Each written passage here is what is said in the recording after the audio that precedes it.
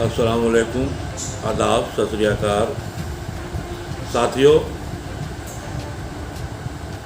आज मैं कुछ बातों को ध्यान में रखते हुए ये वीडियो बना रहा हूँ।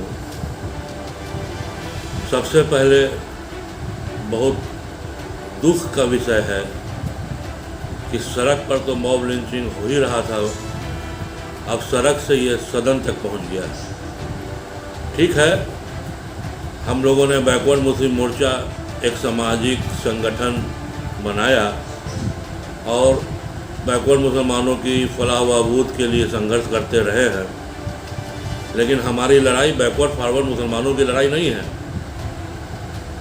ये हमने हमेशा इस बात को कहा है कि लोग बैकवर्ड मुस्लिम मोर्चा का मतलब समझते हैं कि अपर कास्ट मुसलमानों के खिलाफ ये मोर्चा बनाया गया है। हमें उनसे क्या मतलब है? उन्होंने मुसलमानों के नाम पर अब तक जो भी सत्ता सुख पाया है, जो भी सरकारी सहूलतें ली हैं, वो लेते रहे हैं। हम लोगों ने बैकवर्ड मुस्लिम मोर्चा इसलिए बनाया है कि हमारी जो 52-53 लगभग जो मुसलमानों में पसमानदा पिछड़ी दलित बिरादरियाँ हैं, वो सारी बिरादरियों की अपनी अपनी तंजीमें हैं, जिन्हें सरकार ने ओबीसी SC ST में माना है कि ये पिछड़ी जाति, अत्यंत पिछड़ी जाति हैं। इनका एक फेडरेशन, एक फ्रंट हम लोगों ने बनाया है। उसकी पहचान के लिए हम लोगों ने बैकवर्ड मुस्लिम मोर्चा, उसका नाम संगठन का रखा। लेकिन 94 में जब ये मूवमेंट हम लोगों ने शुरू किया तो बहुत सारे डिमांड को हम लोगों ने सामने रखा था, लेकिन कुछ दिनों के बाद हम लोगों को पता चला कि सिर्फ संविधान के धारा 341 की लड़ाई लड़ने से बहुत सारी सहूलियात हमारे लोगों को मिल जाएगी, चाहे वो छोटी से छोटी नौकरी का मामला हो, बेसिक एजुकेशन से हायर एजुकेशन का मामला हो, सरकारी नौकरी का मामला हो, इंटरेस्ट फ्री लोन का मामला हो, कानूनी सुरक्षा का मामला हो।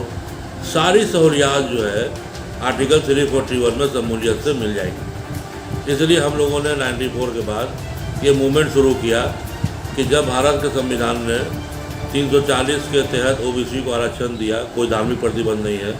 342 के तहत ट्राइबल्स को दिया, कोई धार्मिक प्रतिबंध नहीं है। 341 के तहत जो शेड्यूल कास्ट को दिया है, 1950 में एक प्रेसिडेंशियल ऑर्डर के जरिए उसमें धार्मिक प्रतिबंध लगाया गया। तब सिर्फ हिंदू को लिए किया गया, बाद में 56 में सिखों को लाया गया, 90 में नौ बुद्धिस्टों को जोड़ा गया और इससे वंचित हो गए मुसलमान और ईसाई। तो 1936 में जब सारे लोगों को डॉपरेट क्लास मान करके आरक्षण दिया गया था, तब तो ब्रिटिश हुकूमत थी। अब ब्रिटिश हुकूमत मतलब ईसाइयों की हुकूमत, और उस समय ब्रिटिश हुकूमत ने भी ईसाइयों को आरक्षण नहीं दिया था, तब ये यहाँ हुक्मरान था। लेकिन हम लोगों ने मूवमेंट शुरू किया था और आज हम ये कहना चाहते हैं कि जो कुछ पार्लियामेंट के अंदर दानिश अली के साथ हुआ है, जो दिल्ली के सांसद भारतीय जनता पार्टी से जिनका संबंध है, रमेश सिंह बिधूरी ने जिस तरह का अपना वक्तव्य सदन के अंदर दिया है, उन्होंने सदन की गरिमा को, सदन की मर्यादा को धूमिल किया है। कहीं से ये नहीं कहा जा सकता है कि एक सांसद इस तरह का वक्तव्य दे रहा है। लगता है कोई गुंडा मवाली जो है वो गुस्से में किसी गैर जरूरी मुद्दे को मुद्दा बना करके बेवकूफ़ की तरह चिल्ला रहा है। ये क्या है? किन शब्दों का आप उपयोग कर रहे हैं? आप क्या दिखाना चाह रहे हैं? मैं ये कहना चाहता हूँ, बहुत ही अफसोस के साथ कहना चाहता हूँ कि आप एक अपना स्ट्रेटजी बनाइए।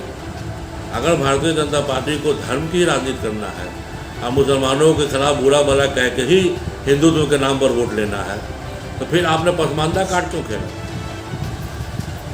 इतिहास में, भारत की तारीख में आज़ादी से अब तक ये पहली दफ़ा ऐसा हुआ है कि भारत के प्रधानमंत्री ने एक नहीं अनेकों बार, चाहे वो भारतीय जनता पार्टी की कार्यकारिणी की बैठक हो, चाहे वो लाल किला में 15 अगस्त आज़ादी का जश्न का माहौल हो, हर जगह उन्होंने पसमानदा मुसलमानों का बहुत ही मजबूती से वकालत किया है।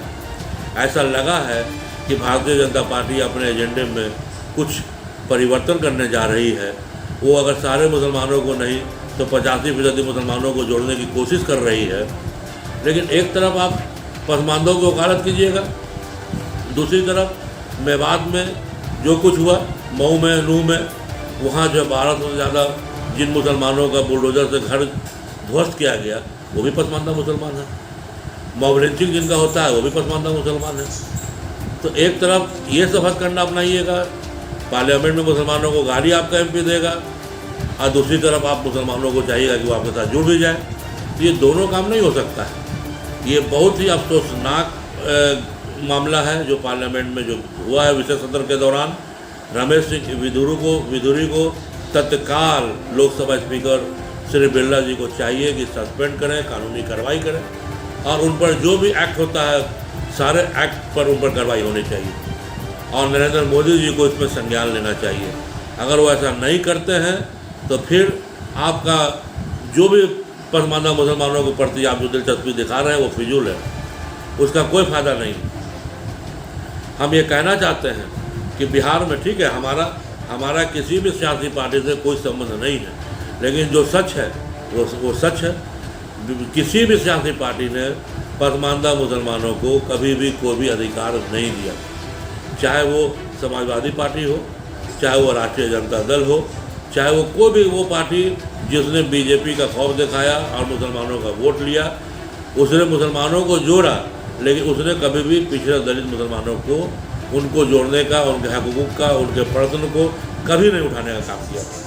मैं ये कहूँगा कि हाँ, बिहार में 2005 में जब नीतीश कुमार की सरकार बनी तो नीतीश कुमार ने हमेशा इस बात का ख्याल रखा कि जो पसमानदा मुसलमान हमारे लीडरान हमारे बीच से गुजरे उनके लिए यादगार के तौर पे सरकारी जयंती भी किया, मेमोरियल हॉल भी किया और उनकी नुमाइंदगी का भी ख्याल रखा। चाहे वो बोर्ड निगम में चेयरमैन बनाना हो, मेंबरशिप देना हो या एमएलसी राज्यसभा बनाना हो, मंत्री बनाना हो, ये सब काम बिहार में नीतीश कुमार ने किया है। और आज चाहे वो इंडिया गठबंधन हो, चाहे एनडीए गठबंधन हो या फिर से इस गठबंधन में जो पार्टी शामिल नहीं हुई हो उनका कोई गठबंधन बन जाए, तो आज विकल्प की कमी हमारे पास नहीं है। पहले तो आप बीजेपी से डरा के वोट लिया करते थे, अब तो बीजेपी खुद चाहती है कि पिछड़े मुसलमान उनके साथ जुड़ जाए, उनको वोट कर दें। तो अब ये कहना कि बीजेपी से डरा के वोट ले लेंगे, अब वो माहौल नहीं। लेकिन हाँ, हम ये ज़रूर कहेंगे कि भारतीय जनता पार्टी नरेंद्र मोदी जी को एक रुख अपना स्पष्ट करना चाहिए कि अगर उन्हें पिछड़े मुसलमान, पसमानदा मुसलमान, दलित मुसलमान का सहयोग, सपोर्ट चाहिए तो ये दोनों काम नहीं होगा।